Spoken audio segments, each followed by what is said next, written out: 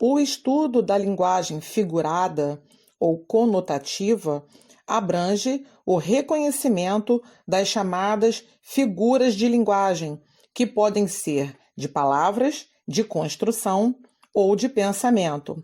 Elas são objeto de questões de prova, principalmente as vinculadas à literatura, mas bem mais do que isso, estão presentes no nosso dia a dia, nos jornais, na TV, na internet, nos cartazes e nos outdoors. As figuras de palavras resultam da substituição de uma palavra por outra, no seu emprego simbólico, que pode ocorrer por uma associação, comparação ou semelhança. As principais são metáfora, catacrese, comparação, metonímia, sinestesia e perífrase. Metáfora ocorre quando se usa palavra ou expressão que, por uma relação de semelhança, remete a um sentido diferente do que apresenta no dicionário. O contexto é que permitirá a identificação do emprego metafórico. Na realidade, a metáfora é uma comparação implícita, subentendida, sem uma palavra que estabeleça claramente esse valor comparativo. Por exemplo, uma frase é um rio onde as palavras fluem. Catacrese. Alguns chamam de metáfora. Trata-se de um uso figurado original de um termo que se tornou muito usual, comum, sem outro que o possa substituir com a mesma eficácia. Assim, a palavra acaba por ser incorporada ao dicionário. Exemplo: o pé da cadeira está quebrado. Comparação. É também a semelhança que permite a construção dessa figura, que se estabelece a partir de um elemento comparativo claramente expresso. O mar canta como um pássaro. Metonímia. Constrói-se quando uma palavra é usada por meio de uma relação lógica, com sentido distinto do original. Essa relação normalmente é apresentada como da parte pelo todo ou do todo pela parte. Exemplo: asas bélicas cruzam os céus da cidade, ambas a torto e a direito. Sinestesia. Permite a captação da realidade por meio de uma superposição de sentidos. Ocorre uma mistura de sensações dos diferentes órgãos do sentido. Exemplo: as palavras frias do amigo ainda a atormentavam. Perífrase, também chamada antonomásia, consiste em substituir um nome por uma expressão que o identifique com facilidade, vinculada a alguma de suas características ou atributos marcantes, ou de um fato que o notabilizou. Exemplo: o poeta dos escravos dignifica a presença dos baianos em nossa literatura. Figuras de sintaxe ou de construção. Essas figuras interferem, de alguma forma, na estrutura normal da frase, alterando a sua lógica em benefício da expressividade que se pretende. As principais são elipse, zeugma, silepse, polissíndeto, assíndeto, anáfora, anacoluto, inversão e pleonasmo. Elipse consiste na omissão de um ou mais termos subentendidos e de fácil identificação na frase. Esses termos podem representar elementos gramaticais ou contextuais. Contribui para tornar o texto mais enxuto, objetivo, elegante. Exemplo: cada macaco no seu galho. Cada macaco deve ficar no seu galho. Não matarás. Tu não matarás.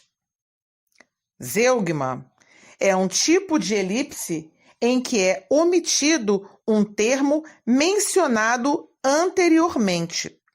Exemplo: ela gosta muito de cinema, ele de teatro. Ela gosta muito de cinema, ele gosta muito de teatro. Silepse é uma concordância de natureza ideológica, psicológica, que se faz não com um termo presente na frase, mas com uma ideia. É uma aparente discordância, cuja lógica é garantida pelo sentido. A silepse pode ser de gênero, número ou pessoa.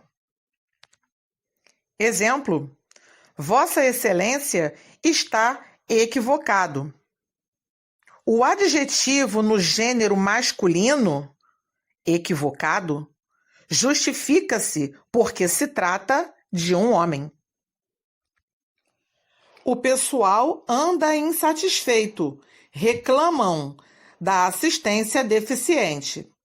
O verbo no número plural, reclamam, é justificado pelo sentido de pluralidade presente no coletivo pessoal. Os cariocas somos muito alegres e prestativos. O verbo está na primeira pessoa do plural, porque o autor da frase também é carioca. Eles mais eu igual a nós. Polissíndeto é a repetição enfática de um conectivo, geralmente a conjunção e, conferindo autonomia aos elementos coordenados. Exemplo: ela sai de casa cedo e pega ônibus cheio e almoça muito mal e volta para casa estafada. Que vida! Assíndeto: ao contrário do polissíndeto, ocorre a omissão do conectivo, garantindo entre os elementos as ideias de dinamismo e simultaneidade. Exemplo: vim, vi, venci. Anáfora é a repetição intencional por meio da qual se coloca em destaque uma palavra ou expressão no início de um período, frase ou verso. Tudo cura o tempo, tudo gasta, tudo digere. Anacoluto caracteriza-se pela interrupção da sequência lógica do pensamento, deixando algum termo sintaticamente desvinculado do restante dos elementos. O anacoluto, em geral, deve ser evitado. É mais empregado na oralidade do discurso. Exemplo: esses jovens de hoje, eles estão mais participativos. Eu, toda vez que chego, você me chama para conversar. Esse chapéu que está na moda, você que gosta de chapéu, deveria comprar um. Inversão, também chamada hipérbato, é a inversão da estrutura frásica normal, alterando-se a ordem direta dos termos da oração. Exemplo: aos amigos perdoava os erros.